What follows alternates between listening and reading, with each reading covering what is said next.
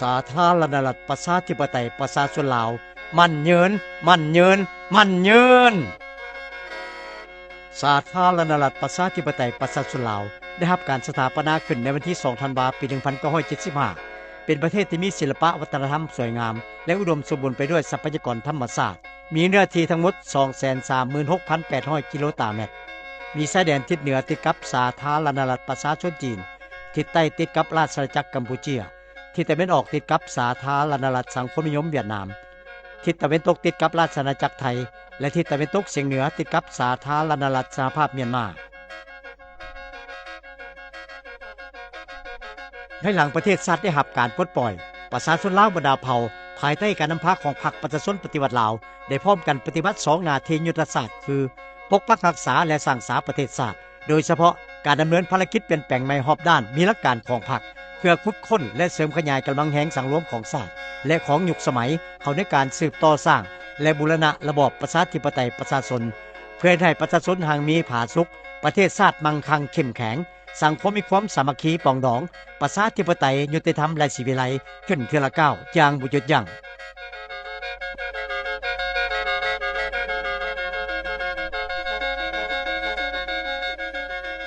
เมื่อหวนคืนประวัติศาสตร์แห่งความเอกอ้างทะนงใจของชาติลาวพวกเขาก่อนหน้านี้672 ปีคือในปี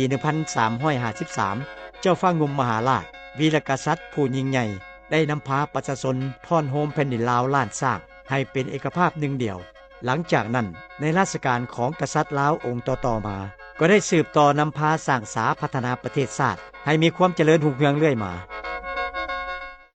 แต่น่าเสียดายประเทศลาวล้านสร้างที่อุดมสมบูรณ์ด้วยทรัพย์ในดินสินในน้ำมั่งคั่งสมบูรณ์ด้วยศิลปะวัฒนธรรมได้ตกเป็นหัวเมืองขึ้นของพวกศักดินาต่างดาวแต่ปี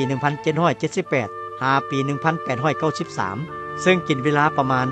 115 ปี กาย1ศตวรรษหลังจากนั้นในระหว่างปี 1893 หาปี 1975 ก็ตกอยู่ในแอกครอบครองของพวกลาเมืองขึ้นของพวกฟาสซิสต์และพวกจักรพรรดิเป็นเวลา 82 ปี ซึ่งรวมแล้วประเทศลาวล้านสร้างที่แสนหักของพวกเขาได้ตกเป็นหัวเมืองขึ้นของชาติอื่นจนนานถึงประมาณ 197 ปี ซึ่งเป็นเวลาเกือบ 2 ศตวรรษที่คุณค่าอริยธรรมของชาติลาวประเทศชาติบ้านเมืองเฮือนซานบ้านซอง วัดวาอาหารไหนาหัวสวนถูกทำลายเผ่าผลาญอย่างหลวงหลายเป็นระยะเวลาแห่งการสูญเสียอิสรภาพความเป็นเจ้าตนเองของประชาชนลาวบรรดาเผ่าทั้งเป็นระยะเวลาแห่งการสูญเสียเลือดเนื้อเหือไขและหยาดน้ำตาที่เกิดจากความทุกข์โศกทรมานแสนสาหัสย้อนถูกกดขี่ขูดรีดข่มเหงและเข็นฆ่าอย่างโหดร้ายป่าเถื่อน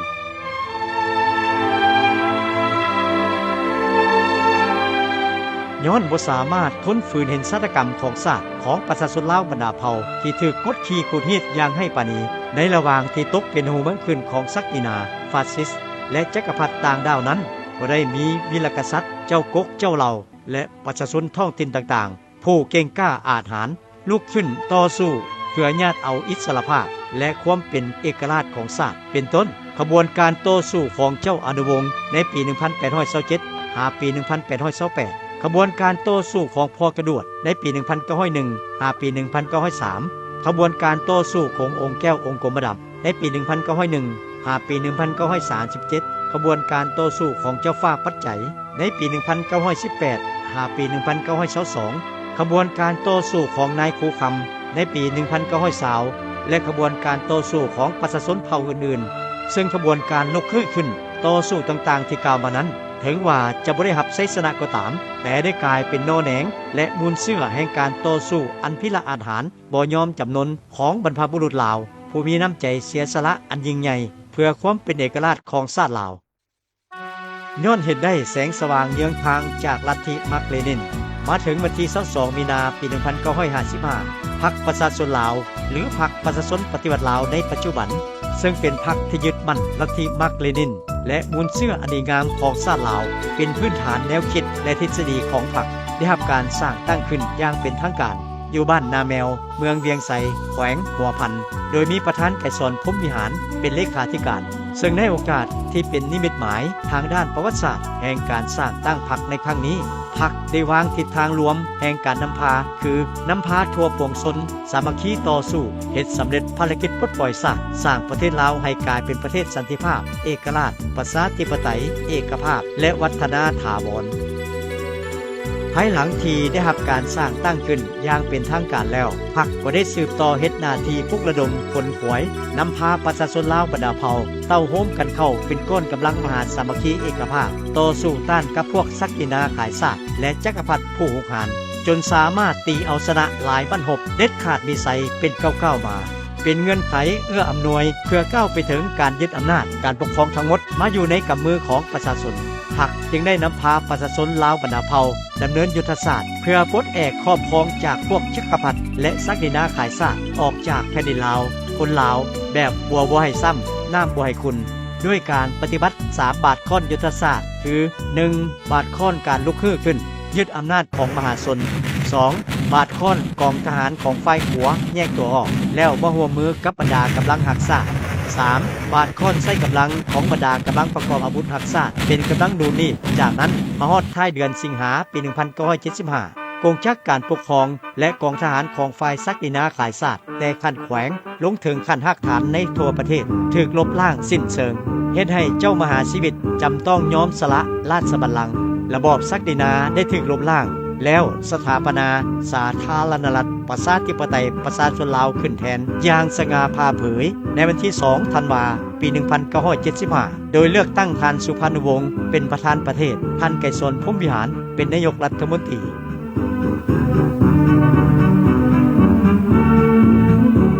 การสถาปนาสาธารณรัฐประชาธิปไตยประชาชนลาวถือเป็นบาทก้าวเริ่มต้นประวัติศาสตร์หน้าใหม่ของชาติลาวที่เต็มไปด้วยความปิติชื่นชมยิ่งของปวงชนลาวทั้งชาติซึ่งเป็นการเปิดศักราชหน้าใหม่แห่งการล้อมรวมจิตใจของคนลาวให้เป็นหนึ่งเดียวเข้าในการปกปักรักษาและสร้างสาพัฒนาประเทศชาติที่แสนรักของตนให้เป็นประเทศสันติภาพเอกราชประชาธิปไตยเอกภาพและวัฒนาถาวรขึ้นไปเรื่อยๆตามจุดหมายและทิศทางรวมของพรรคที่ได้กำหนดไว้ในเมื่อประกาศสร้างตั้งพรรคประชาชนปฏิวัติลาวให้ปรากฏผลเป็นจริงเทื่อละก้าว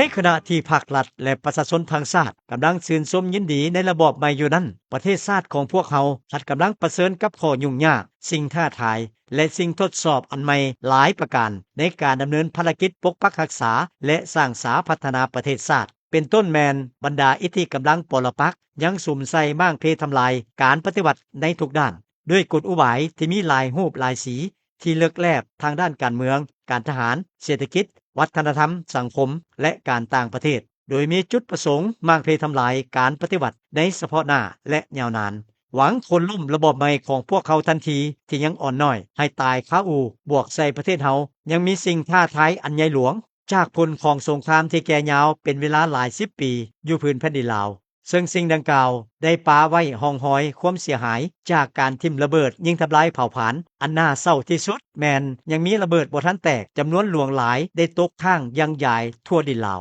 มันได้กลายเป็นมหันตภัยคมคูการดำรงชีวิตและชีวิตอินทรีย์ของประชาชนลาวก็คือการพัฒนาประเทศด้านต่างๆบ่พอเท่านั้นระบอบเก่ายังได้ป้าทิ่มพื้นฐานเศรษฐกิจอันล้าหลังไว้ให้อำนาจการปกครองใหม่ปฏิวัติของพวกเขาเป็นต้นแม้นการกสิกรรมที่ถือว่าเป็นคะแนนพื้นฐานของเศรษฐกิจแห่งชาติแม้นถูกปล่อยปะละเลยเฮ็ดให้เสบียงอาหารบ่เพียงพอกับความต้องการเป็นเหตุให้ประชาชนในหลายบริเวณอึดยากมากแค้นด้านคมนาคมมีเส้นทางเพียงประมาณ 12,000 กว่ากิโลเมตรเท่านั้นทางเลขที่13เป็นเส้นทางที่ยาวที่สุดแต่สามารถใช้ได้สะดวกทั้งฤดูแล้งและฤดูฝนเพียงบางส่วนเท่านั้นด้านอุตสาหกรรมก็บ่ได้รับการพัฒนาทั่วประเทศมีโรงงานขนาดน้อยเพียงประมาณ20แห่งส่วนด้านวัฒนธรรมสังคมประชาชน90%บ่ฮู้หนังสือภาษาลาวบ่ได้รับการส่งเสริมจำนวนประชาชนที่เรียนจบชั้นกลางและชั้นสูงแม้นมีน้อยที่สุดวัฒนธรรมสอดกระจาและภัยสังคมอื่นๆแพร่ขยายอย่างดวงหลายด้านสาธารณสุขปิ่นปัวสุขภาพของประชาชนแม้นบ่ได้รับการเอาใจใส่เท่าที่ควรโดยเฉพาะอยู่ในเขตชนบทอัตราส่วนพยาธิระบาดอยู่ในกลุ่มเด็กน้อยแม้นสูง ย้อนแนวนั้นในเบื้องต้นภาครัฐจึงได้สู่สนปฏิบัติแผนนโยบายสร้างเศรษฐกิจเอกราชเป็นเจ้าตนเองตามทิศสังคมนิยมปลุกระดมประชาชนเข้าร่วมในแนวรบการผลิตกสิกรรมฟื้นฟูนาเหือชาวนาใหม่นำใช้เทคนิคใหม่เข้าในการผลิตกสิกรรมฟื้นฟูการผลิตของโรงจักรโรงงานปรับปรุงธนาคารแห่งรัฐปฏิบัติระบอบการเงินที่เป็นเอกภาพในทั่วประเทศฟื้นฟูและซ่อมแปลงถนนหนทางจัดตั้งจราจรแจกจ่ายผลิตภัณฑ์สินค้าระหว่างบริเวณเขตแขวงต่างๆเฮ็ดให้เศรษฐกิจของชาติที่ถูกตัดแบ่งเป็นเวลาหลาย10ปีได้เป็นระบบที่มีความเป็นเอกภาพบรรดาวิธีการทางด้านเศรษฐกิจอันตั้งหน้าที่กล่าวมานั้นถึงว่ายังบ่ทันครบถ้วนก็ตามแต่มันได้ประกอบส่วนสำคัญกำจัดความยุ่งยากแก้ไขชีวิตการเป็นอยู่ของประชาชนให้ดีขึ้นเทื่อละก้าววันที่2ธันวาซึ่งเป็นวันศาสตร์ที่มีเกียรติสง่างามของศาสตร์เฮาครบรอบ1 ปี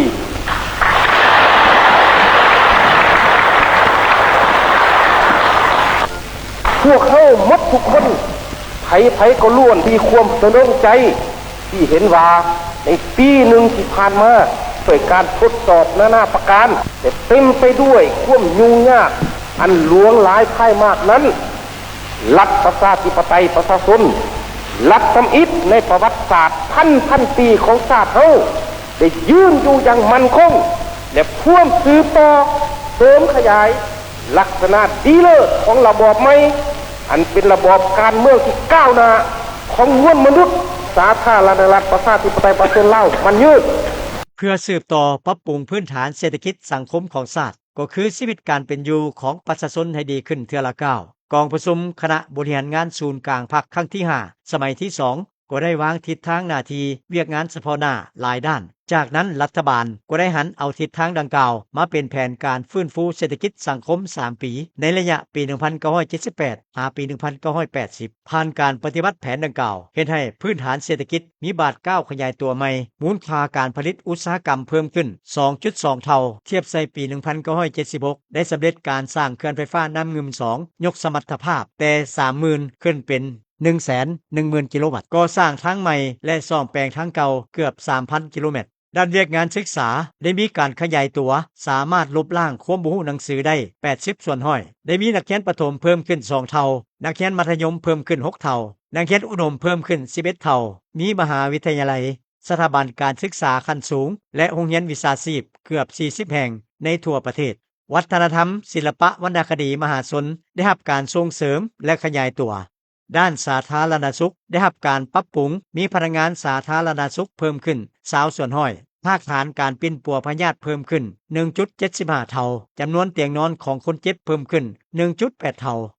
ย้อนเห็นได้ผลสำเร็จของแผนฟื้นฟูเศรษฐกิจสังคม3ปีก็คือเพื่อสืบต่อนำพาประเทศชาติก้าวขึ้นสู่บาทก้าวขยายตัวใหม่พร้อมทั้งเพื่อสร้างพื้นฐานให้แก่การก่อสร้างและพัฒนาเศรษฐกิจสังคมของประเทศให้เติบใหญ่เข้มแข็งขึ้นเทื่อละก้าวดังนั้นภาครัฐแห่งสาธารณรัฐประชาธิปไตยประชาชนลาวจึงได้วางแผนพัฒนาเศรษฐกิจสังคมแห่งชาติ5ปีปี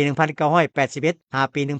1985 ครั้งที่1ขึ้นโดยได้สู่ชนก่อสร้างพื้นฐานเศรษฐกิจที่เป็นเอกราชและสังคมนิยมออกแรงขยายการผลิตกสิกรรมป่าไม้หัตถกรรมอุตสาหกรรมน้อยอุตสาหกรรมเบาและบางแขนงอุตสาหกรรมอื่นๆบนพื้นฐานการจัดตั้งการผลิตขึ้นใหม่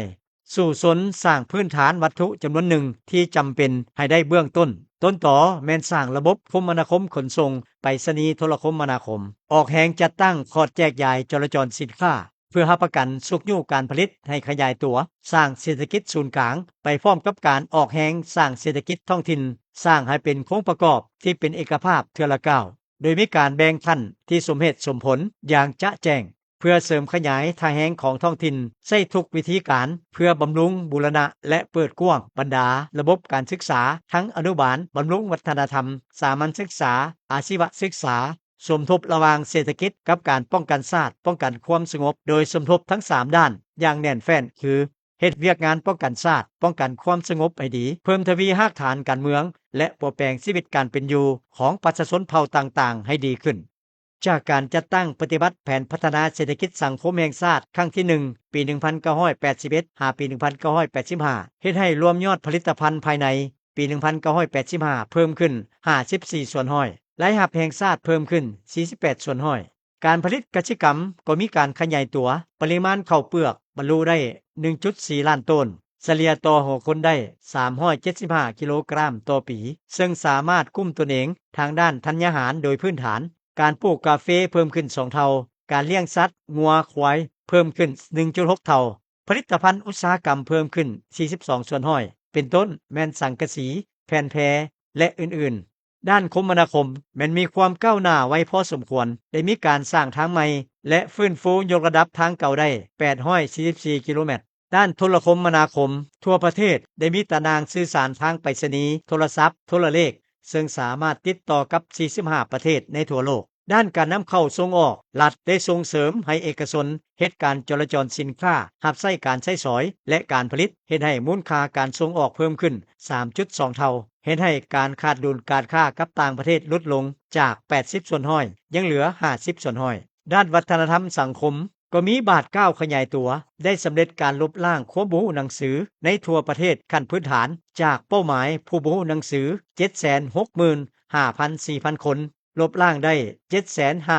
755,800 คนเท่ากับ 98 ส่วนห้อย จำนวนนักเรียนชั้นต่างๆได้เพิ่มขึ้น 19 ส่วนห้อย คิดเฉลี่ยพลเมือง 4 คนใดแม้นมี 1 คนได้ไปเรียน สามารถสร้างพนักงานสำเร็จการศึกษาขั้นสูงและขั้นมหาวิทยาลัย 6,000 คน ขั้นกลางและขั้นต้น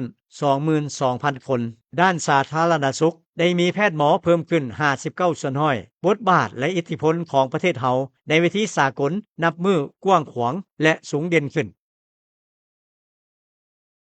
สั่งรวมแล้วในบาท9เดือนทมิตแห่งการก่อสร้างระบบใหม่ในระยะ10 ปีทมิตถึงว่าจะประเสริญกับความยุ่งยากหลายประการที่ศัตรูก่อขึ้นก็คือเกิดมาจากจุดเริ่มต้นของประเทศเฮายังต่ำเกินไปและสภาพการหลายด้านยังบ่ทันมั่นเที่ยงพร้อมทั้งบ่ทันมีกลไกคุ้มครองเศรษฐกิจที่ครบสุดและสอดคล้องก็ตามแต่ย้อนมีความสามัคคีตัดสินใจบุกบืนก้าวขึ้นของพนักงานและประชาชนทางชาติมีการช่วยเหลืออันใหญ่หลวงของสากลและต้นต่อแม้นย้อนมีการนำพาอันถูกต้องและประดิษฐ์สร้างของคณะนำขั้นต่างๆตั้งแต่ศูนย์กลางลงฮอดท้องถิ่นรากฐานฉะนั้นจึงสามารถปกปักรักษาเอกราชอธิปไตยและปกปักรักษาระบอบใหม่ไว้ได้อย่างมั่นคงประเทศชาติมีความสงบและเป็นระเบียบเรียบร้อยสามารถปฏิบัติบรรดาจุดหมายของแผนพัฒนาเศรษฐกิจสังคม5 ปีแห่งชาติครั้งที่ 1สำเร็จโดยพื้นฐานอันได้ประกอบส่วนสร้างปฐมปัจจัยและเงื่อนไขสะดวกให้แก่การสืบต่อก้าวขึ้นของประเทศชาติของพวกเขาอันผลงานใหญ่อันที่หนึ่งหมายว่าใน10 ปีนี้สาธารณรัฐประชาธิปไตยส่วนเราได้ยืนมันนับมือนับนักแน่นอยู่ในป้อมด้านหน้าและได้กระทับมังทุกกลอุบายล่ายเหลี่ยมของศัตรูบ่ว่ารูปใดการใดอันนั้นและกำลังป้องกันชาติป้องกันความสงบก็นับมือเติบใหญ่ขยายตัวแต่ติดพันกับการเติบใหญ่ของกำลังของประชาชน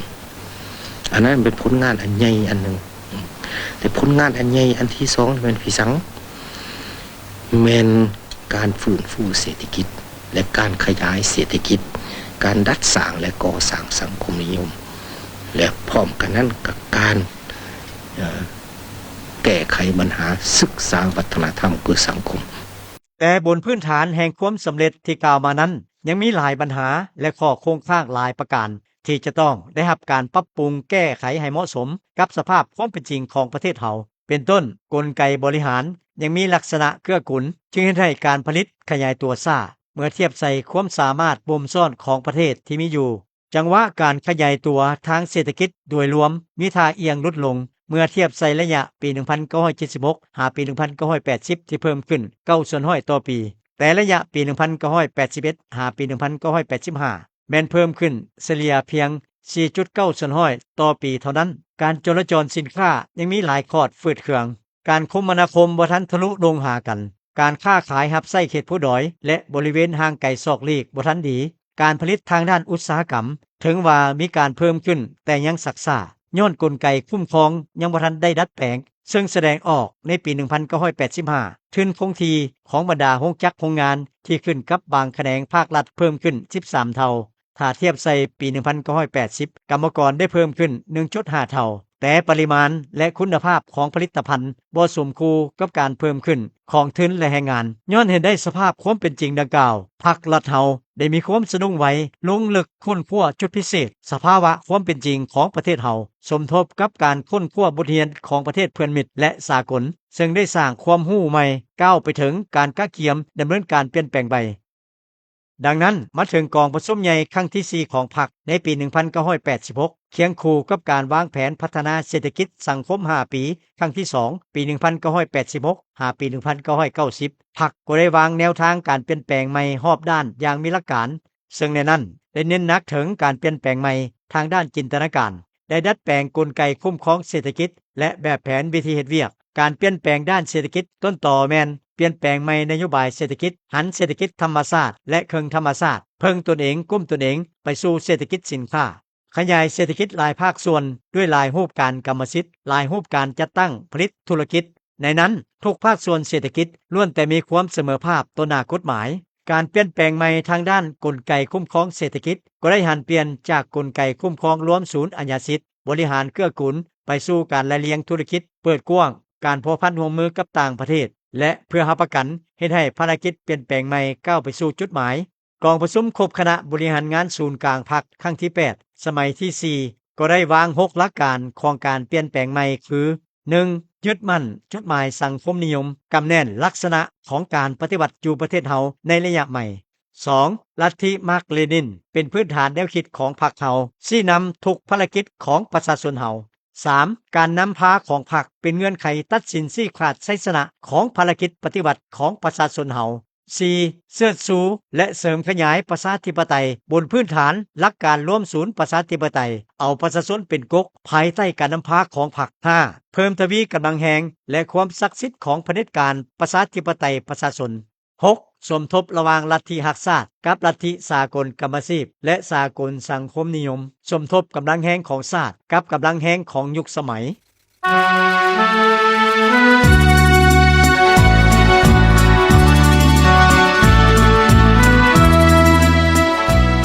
ด้วยแนวทางนโยบายของพรรครัฐที่ถูกต้องและสอดคล้องกับสภาพความเป็นจริงของประเทศเฮาบวกใส่การจัดตั้งพันขยายแนวทางนโยบายเปลี่ยนแปลงใหม่รอบด้านมีหลักการของพรรคและการจัดตั้งปฏิบัติแผนพัฒนาเศรษฐกิจสังคมแห่งชาติ5ปีในแต่ละครั้งของรัฐบาลมาฮอดปี 2025ซึ่งเป็นปีที่การสถาปนาสาธารณรัฐประชาธิปไตยประชาชนลาวครบรอบ50ปีเป็นปีม่วนท้ายการจัดตั้งปฏิบัติแผนพัฒนาเศรษฐกิจสังคมแห่งชาติ5ปีครั้งที่9เห็นว่าประเทศชาติอันแสนฮักของพวกเขาได้มีความก้าวหน้าหลายด้านถึงแม้ว่าบางระยะสภาพการบ่เอื้ออำนวยย้อนสภาพการสากลพันแผรเกิดภัยพิบัติทางธรรมชาติการแพร่ระบาดของพยาธิเฮ็ดให้การพัฒนาเศรษฐกิจสังคมพบความยุ่งยากชีวิตการเป็นอยู่ของพนักงานรัฐกรทหารตำรวจและประชาชนลาวบรรดาเผ่าฝืดเคืองแต่ภายใต้การนำพาอันถูกต้องของพรรคประชาชนปฏิวัติลาวและการคุ้มครองบริหารของรัฐบาลแห่งสาธารณรัฐประชาธิปไตยประชาชนลาวที่สอดคล้องกับแนวทางนโยบายบวกใส่ความเป็นเจ้าการของพนักงานรัฐกรทหารตำรวจทุกท่านและการประกอบส่วนอันใหญ่หลวงของประชาชนลาวบรรดาเผ่าได้เฮ็ดให้การพัฒนาเศรษฐกิจสังคมโดยเฉลี่ยมีบาทก้าวขยายตัวใหม่เรื่อยมาในทุกด้าน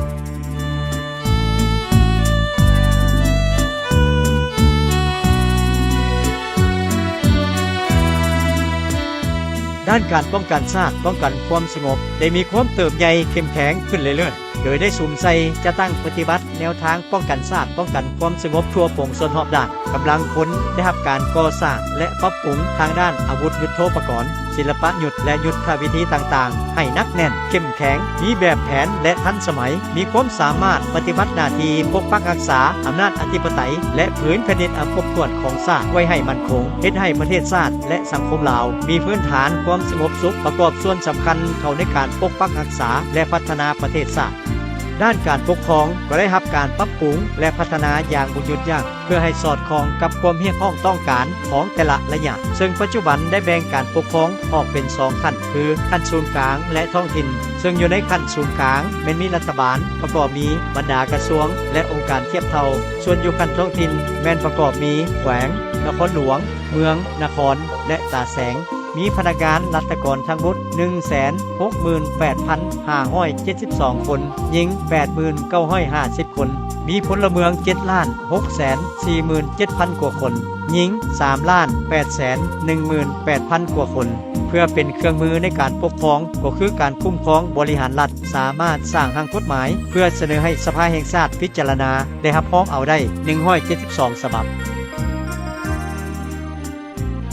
เพื่อสร้างสภาพเอื้ออำนวยให้แก่การสร้างเศรษฐกิจตลาดตามทิศสังคมนิยม ที่ประกอบมีหลายภาคส่วนเศรษฐกิจหลายโครงการกรรมสิทธิ์ที่มีความเสมอภาคกันแข่งขันกันและร่วมมือกันภายใต้กฎหมายให้มีการขยายตัวอย่างต่อเนื่องสามารถเชื่อมโยงกับภาคพื้นและสากลได้พรรคและรัฐบาลก็ได้เอาใจใส่ในการสุกยู่การพัฒนาเศรษฐกิจตามทิศเพิ่งตนเองเป็นเจ้าตนเองและสร้างความเข้มแข็งด้วยตนเองโดยการกำหนดนโยบายสร้างเศรษฐกิจเอกราชเป็นเจ้าตนเองไปพร้อมกับการสร้างพื้นฐานโครงหลังและสร้างปัจจัยในการพัฒนาเศรษฐกิจเป็นต้นได้เอาใจใส่ในการซ่อมแปลงยกระดับและก่อสร้างโครงหลังพื้นฐานด้านคมนาคมขนส่งเพื่อเชื่อมโยงเชื่อมจอดตารางการคมนาคมขนส่งโดยสารและขนส่งสินค้าระหว่างภายในประเทศภาคพื้นและสากลเป็นต้นแม้นการปรับปรุงก่อสร้างกวทางเดินบินท่าเรือท่าขนถ่ายสินค้าและอื่นๆปัจจุบันทั่วประเทศมีเส้นทางยาวหลายกว่า 60,000 กิโลเมตรในนั้นเป็นทางปูเบตงและปูยางอัสฟัลต์หลายกว่า 10,000 กิโลเมตรมีทางด่วนยาว109 กิโลเมตรมีเส้นทางรถไฟลาวจีนเส้นทางรถไฟลาวไทยมีความมิตรภาพข้ามน้ำของลาวไทย5แห่งลาวเมียนมา1แห่งมีเดินบินภายในและสากลหลายแห่งมีท่าเรือสากลลาวเวียดนามท่าบกท่านาแรงอยู่นครหลวงเวียงจันทน์ท่าบกอยู่สวรรณเขตและท่าบกอยู่จำปาสักเคียงคู่กันนั้นก็ได้สร้างปรับปรุงและยกระดับพื้นฐานโครงสร้างด้านกสิกรรมสร้างเงื่อนไขสะดวกให้แก่การปลูกฝังเลี้ยงสัตว์เพื่อค้ำประกันเสบียงอาหารโภชนาการและเป็นสินค้าเป็นต้นการสร้างระบบชลประทานการค้นคว้าวิจัยแนะนำและสนองแนวพันธุ์พืชและสัตว์เฮ็ดให้มีเนื้อที่ปลูกข้าวทั่วประเทศทั้งหมดในปี 2024 ประมาณ 1,367 เฮกตาร์ผลผลิตเฉลี่ย 3.93 ต้นต่อเฮกตาร์รวมผลการผลิตได้ 3,920,000 ต้นสามารถตอบสนองการบริโภคภายในและมีส่วนแห่ไว้พิเศษยังได้สุกยู่การนำใช้เทคนิคใหม่เข้าในการปลูกข้าวได้3ฤดูที่มีสมรรถภาพสูงถึง 7.7 ต้นต่อเฮกตาร์อยู่เมืองโขงแขวงจำปาสักจะเอาครอบครัวข้าพเจ้าเป็นครอบครัวหนึ่งที่ได้เข้าร่วมโครงการในการปลูกข้าวของบริษัทซีโนเนาะโดยในเฮ็ด2+3รวมกันข้าพเจ้าเป็นพื้นที่กับแรงงานแล้วทั้งภาคบริษัทเฮาตอบสนองทางด้านฝุ่นด้านเทคนิคแล้วก็เป็นตลาดให้ครอบครัวข้าพเจ้าแล้วทางด้านเทคนิคนี้ได้ถ่ายทอดเอาบทเรียนจากวิชาการของบริษัทเพิ่นเขาไปใส่ซุ้มใส่การจัดตั้งปฏิบัติครอบครัวข้าพเจ้าจะให้ครอบครัวข้าพเจ้าผลิตเขาในฤดูหน้าปีนี้ในสอบหนึ่งที่เอาน้ำเพิ่น30 โลสามารถผลิตได้91 สอบส่วนการปลูกพืชเสบียงอาหารเพื่อบริโภคภายในและทดแทนการนำเข้าก็ได้มีการขยายตัวถึง 130,087 เฮกตาร์ในต้นปี 2025ซึ่งเพิ่มขึ้น 46.51 ส่วนห้อยเมื่อเทียบใส่ปีผ่านมาเป็นต้นการปลูกหมักโมถั่วเหลืองพืชผักสาลีและอื่นๆเคียงคู่กับการสุ่มใส่ส่งเสริมการผลิตกสิกรรมเพื่อทดแทนการนำเข้าแล้วภาครัฐยังได้สุ่มใส่ส่งเสริมการผลิตเพื่อส่งออกก็คือการปลูกพืชเศรษฐกิจเป็นสินค้าส่งออกเช่นมันต้นมะกล้วยอ้อยชากาแฟและอื่นๆเริ่มแต่เฮ็ดสวนกาแฟเนาะอาชีพเฮานี่ก็มั่นคงและเศรษฐกิจนี่ก็นับดีขึ้นคือปัจจุบันนี่ราคากาแฟมันก็พุ่งตัวสูงขึ้นเด้เฮ็ดไรครับของเฮาพวกเฮานี่ดีได้ปัจจุบันแต่ว่าดีแล้วปัจจุบันคือมื้อนี้นี่ก็กิโลกาแฟกับ20,000 กีบต่อกิโลหมักแดงดิแต่ว่าสมควรแล้วนอกนั้นยังมีการเลี้ยงสัตว์และการประมงก็ได้สืบต่อขยายตัวเป็นต้นสามารถเลี้ยงสัตว์ปีกได้ 51,973,000 โตงัว 2,561,000 โตหมู 4,540,000 โตได้พัฒนาอุตสาหกรรมปรุงแต่งและการค้าให้ทันสมัยก้าวสู่เศรษฐกิจดิจิทัลสีเขียวและยืนยง ได้สร้างสภาพเพื่ออำนวยให้แก่การดำเนินธุรกิจโดยการลดขั้นตอนและระยะเวลาในการขอขึ้นทะเบียนวิสาหกิจจาก10ขั้นตอน174วันเหลือเพียง3ตอน3วันเฮ็ดให้มีจำนวนวิสาหกิจประเภทต่างๆ 21,656 หัวหน่วยในนั้นการค้าขายยกขายย่อยซ่อมแปลงรถยนต์รถจักรมี 1432 หัวหน่วยที่พักเซาและบริการอาหาร 2,130 หัวหน่วยการส่งออกและสั่งสินค้า193 หัวหน่วยอุตสาหกรรมปรุงแต่ง 1,488 หัวหน่วยกสิกรรมป่าไม้และการประมง939 หัวหน่วยมีตลาดทั้งหมด867 แห่งในนั้นเป็นตลาดใหญ่49 แห่งตลาดกลาง146 แห่งตลาดน้อย395 แห่งและตลาดนัด277 แห่งมูลค่าจราจรสินค้าภายในได้ประมาณ 78,431 ตื้อกีบในต้นปี 2025มูลค่าผลิตอุตสาหกรรมปรุงแต่งและหัตถกรรมบรรลุได้ถึง 491,306 ตื้อกีบเพิ่มขึ้น 8.83 ส่วนห้อยเมื่อเทียบใส่ระยะเดียวกันของปีผ่านมาในนั้นการผลิตเสบียงอาหารความหลายกว่าหมู่ 24.23 ส่วนห้อยเครื่องดื่ม 17.8 ส่วนห้อยเครื่องนุ่งห่ม 12.44 ส่วนห้อยผลิตภัณฑ์เตี้ย 7.84 ส่วนห้อยเครื่องใช้ไฟฟ้าและอิเล็กทรอนิกส์ 5.74 ส่วนห้อยผลิตภัณฑ์แห่ธาตุอื่นๆที่บ่แม่นโลหะ 5.61 ส่วนห้อยการผลิตยางและผลิตภัณฑ์พลาสติก 4.6 ส่วนห้อยอันพ้นเด่นแม้นได้สุกยู่ส่งเสริมผลิตสินค้า1เมือง1ผลิตภัณฑ์โอดอปซึ่งปัจจุบันมี23หัวหน่วย54ผลิตภัณฑ์นอกนั้นเพื่อสร้างเงื่อนไขให้ประชาชนมีสุขภาพดีและมีสภาพแวดล้อมสดใสให้แก่ประเทศชาติภาครัฐได้ถือสำคัญในการนำพาพัฒนาเศรษฐกิจต้องไปพร้อมกับการปกปักรักษาธรรมชาติสิ่งแวดล้อมนำใช้มาตรการอย่างเข้มงวดให้องค์การจัดตั้งภาครัฐและหัวหน่วยเศรษฐกิจทุกประเภทรักษาสิ่งแวดล้อมส่งเสริมท่าแห้งบ่มซ่อนทางทรัพยากรธรรมชาติสร้างพลังงานที่เป็นมิตรต่อสิ่งแวดล้อมเป็นต้นแม้นการสร้างเขื่อนไฟฟ้าพลังน้ำไฟฟ้าพลังลมและอื่นๆมาฮอดต้นปี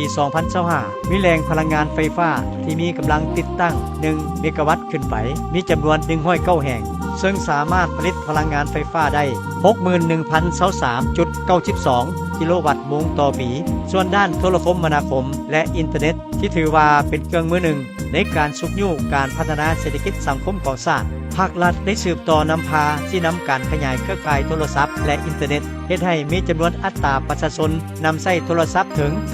97% อัตราการชมใช้อินเทอร์เน็ต 58 ส่วนห้อยสร้างเงื่อนไขเพื่ออำนวยอันหนึ่งให้แก่การติดต่อสื่อสารและการเฮ็ดธุรกรรมด้านการเงินเป็นต้นแม้นการจ่ายภาษีอากรเข้างบประมาณของรัฐผ่านเครือข่ายอินเทอร์เน็ตของระบบธนาคารมีความสะดวกว่องไวและมีประสิทธิภาพซึ่งแสดงออกสามารถปฏิบัติการเก็บรายรับได้ 33,565 ตื้อขีดในต้นปี 2025เพิ่มขึ้นถึง29ส่วนห้อยเมื่อเทียบใส่ระยะเดียวกันของปีผ่านมาและสุ่มใส่นำใส่รายรับดังกล่าวเข้างบประมาณเพื่อเบิกจ่ายเงินเดือนเงินอุดหนุนค่าครองชีพให้พนักงานราชการทหารตำรวจพนักงานบำนาญพนักงานเสียองค์เงินอุดหนุนผู้อาสาสมัครและอื่นๆในด้านวัฒนธรรมสังคมก็ได้รับการก่อสร้างปรับปรุงและพัฒนาทั้งสถานการศึกษาอุปกรณ์การศึกษาหลักสูตรการเรียนการศึกษาและครูอาจารย์เฮ็ดให้สภาพความรู้หนังสือถึง90ส่วนห้อยในเวลาปลดปล่อยใหม่หมดไปประชาชนทุกคนเข้าถึงระบบการศึกษาทำเรียนอย่างกว้างขวางทั้งภาครัฐและเอกชนมีการสอบสิงนักเรียนเก่งในชั้นต่างๆตั้งแต่ระดับท้องถิ่นจนฮอดระดับประเทศซึ่งมาฮอดปี 2024ทั่วประเทศมีโรงเรียนการศึกษาก่อนวัยเรียน 3,424 แห่งมี 1441 ห้องมีครู 13,189 คนมีนักเรียน 241,740 คนมีโรงเรียนประถม 8,674 แห่งมี 32,222 ห้องเรียนมีนักเรียน 740,084 คนมีครู 31,199 คนมีอัตราเข้าเรียนประถม 98 ส่วนห้อยอัตราเรียนจบชั้นประถม 90 ส่วนห้อยมัธยมสมบูรณ์ 842 แห่งมัธยมต้น 978 แห่งมัธยมปลาย 32 แห่งมีห้องเรียนทั้งหมด 17,256 ห้องมีนักเรียนทั้งหมด 535,324 คนมีครูชั้นมัธยมทั้งหมด 33,352 คนนอกนั้นยังมีสถาบันการศึกษาชั้นสูง 45 แห่งวิทยาลัยครู 12 แห่งมหาวิทยาลัย 5 แห่งเมื่อเทียบใส่ระยะปลดปล่อยใหม่แล้วเห็นว่าเวียกงานศึกษามีการขยายตัวหลายด้านแต่ก็ยังมีสิ่งท้าทายหลายอย่างเป็นต้น มีบางบอนยังขาดแคลนครูนักเรียนปละการเรียนและบ่อยากเรียนต่อวิชาชีพดังนั้นมาฮอดต้นปี 2025 เพื่อแก้ไขปัญหาดังกล่าวรัฐบาลจึงได้ออกนิติกรรมเกี่ยวกับการโฮมโรงเรียนสามัญศึกษาหันเอาครูสัญญาจ้างเข้าเป็นครูรัฐกรและการทดแทนครูที่สูญเสียไปด้วยรูปการต่างๆเพิ่มเบี้ยเลี้ยงนักเรียนนักศึกษาทุกท่านภายในขอบเขตทั่วประเทศ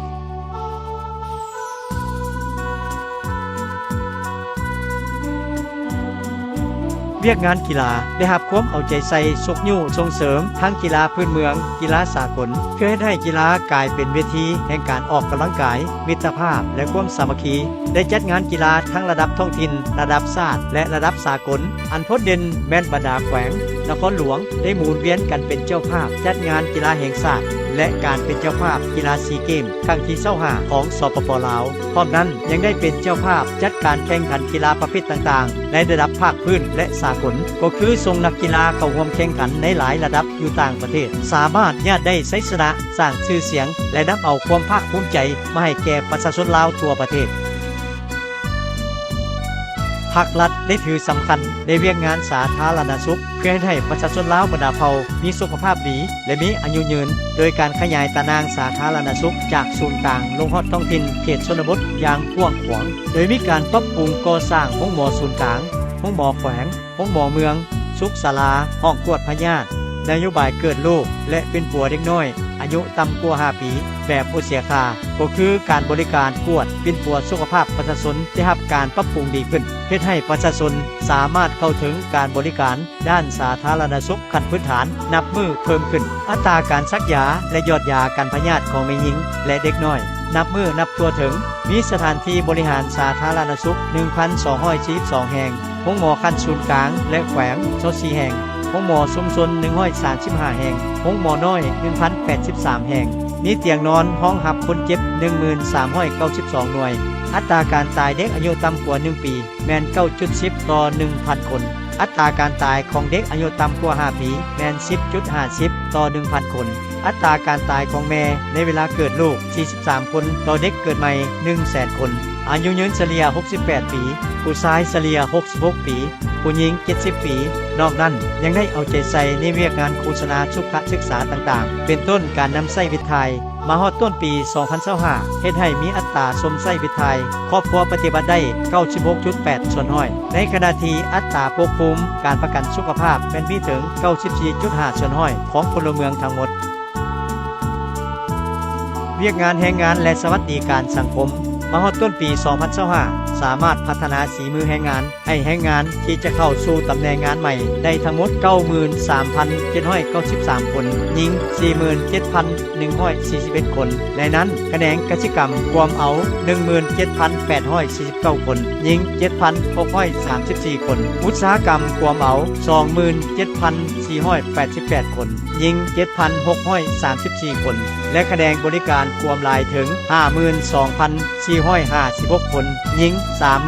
31,795 คนพร้อมเดียวกันนั้นยังได้ส่งเสริมการจัดหาเวียกงานทำเข้าสู่ตลาดแรงงานภายในและต่างประเทศได้ 83,765 คนหญิง 44,772 คนขึ้นทะเบียนแรงงานลาวที่ต้องการมีเวียกงานทำทั้งภายในและต่างประเทศ 81,936 คนหญิง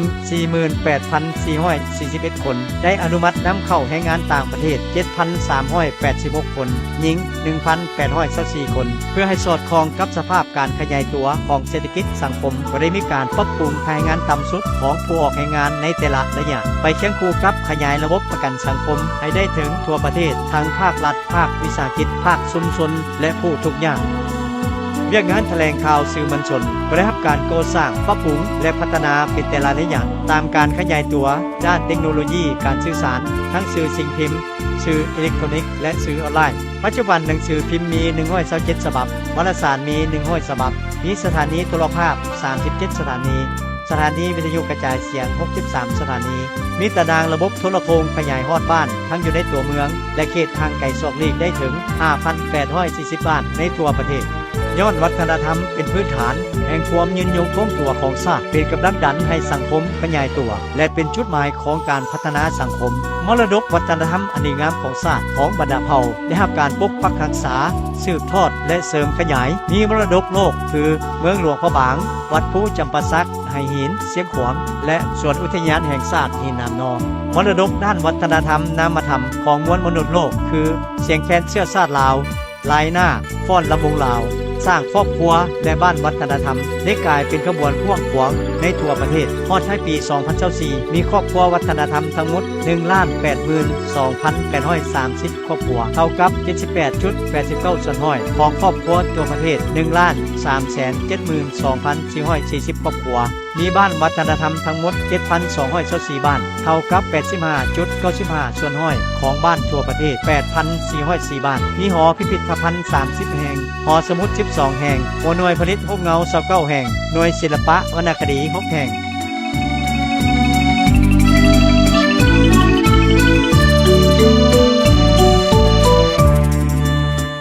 สำหรับเรียกงานท่องเที่ยวได้ขยายตัวอย่างตั้งหน้าถ้าเทียบใส่ปี 1990 ที่มีนักท่องเที่ยวเข้ามาลาวเพียง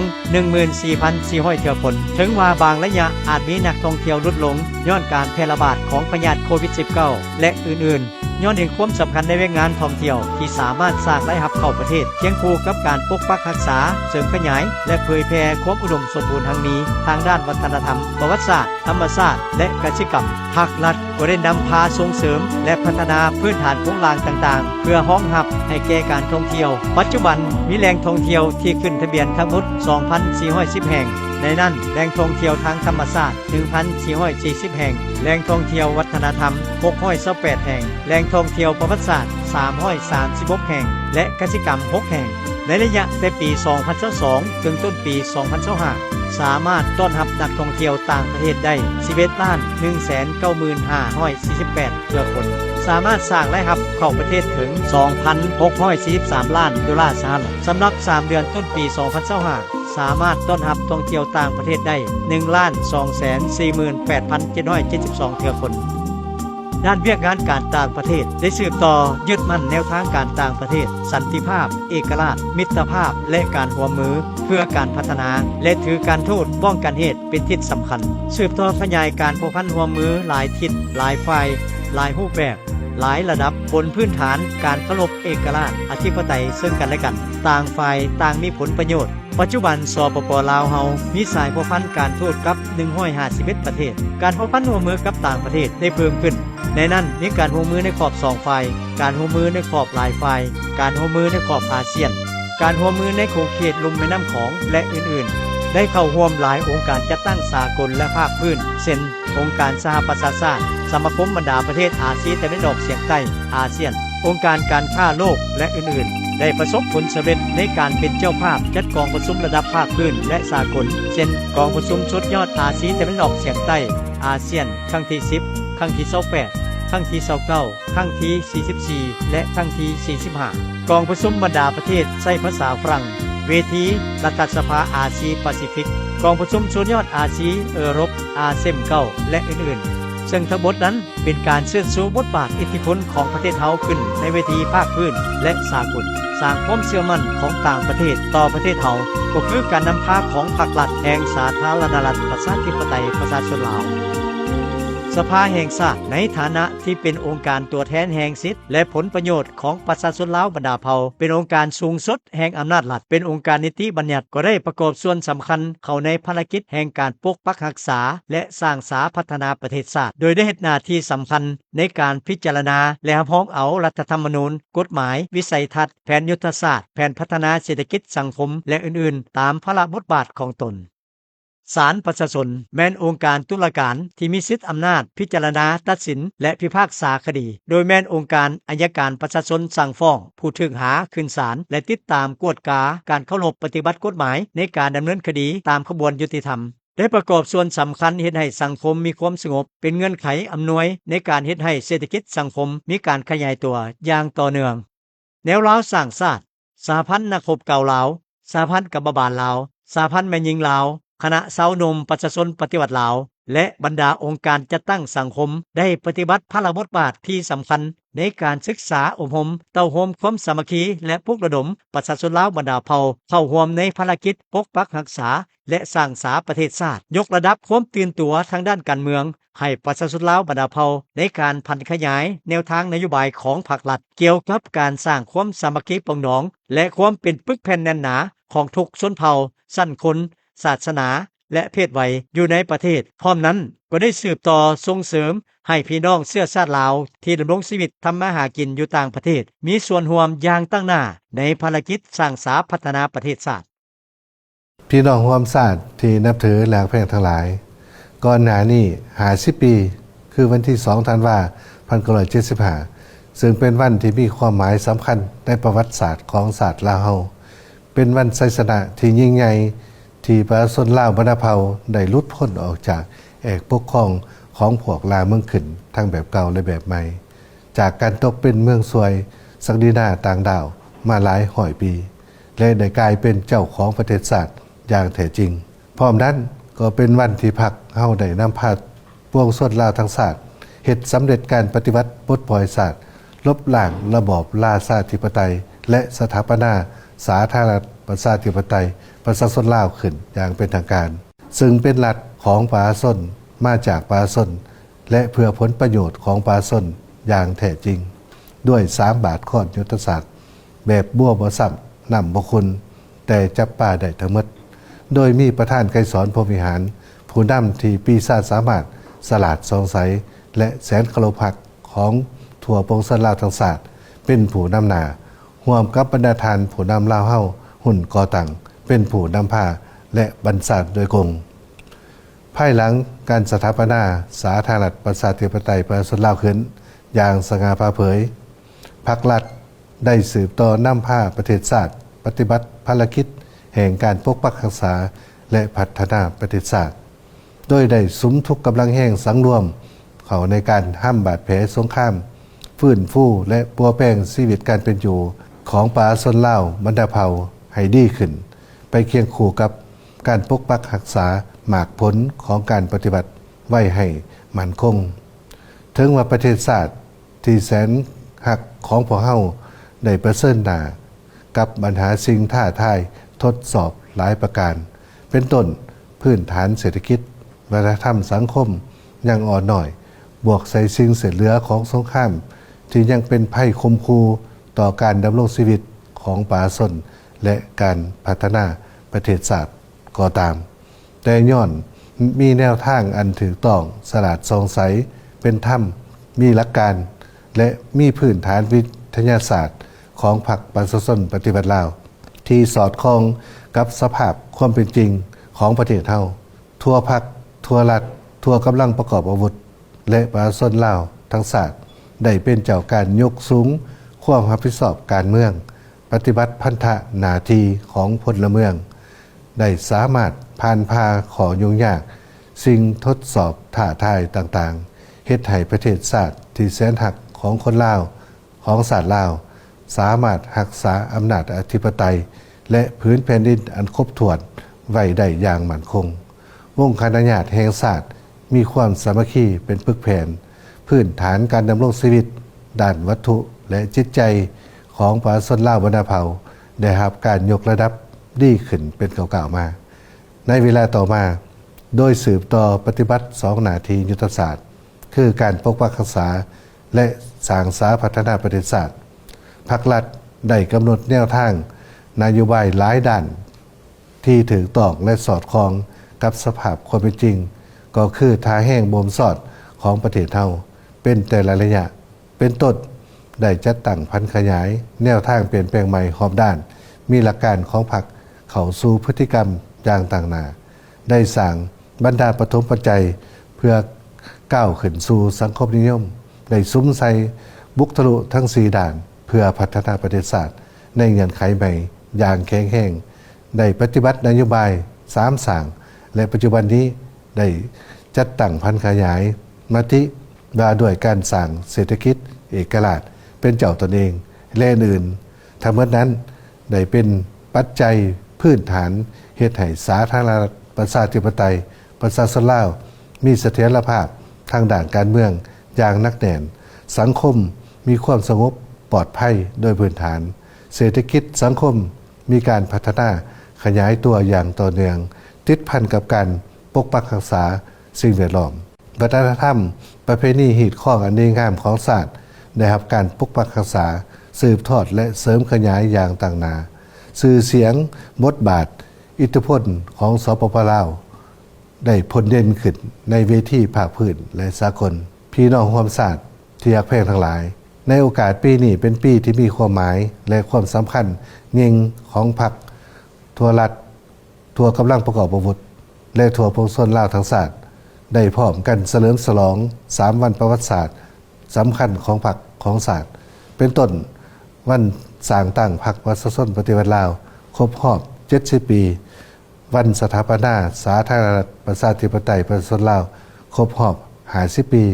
และวันคล้ายวันเกิดของประธานไกรสอนพรหมวิหารผู้นำที่แสนเคารพรักของทั่วปวงชนลาวทั้งชาติครบรอบ105 ปีข้าพเจ้าขอเหียงข้องมายังสมาชิกพรรคพนักงานรัฐกรทหารตำรวจนักเขียนหูปัญญาชนผู้ประกอบการและประชาชนลาวทุกทนาจงพร้อมกันเฉลิมฉลอง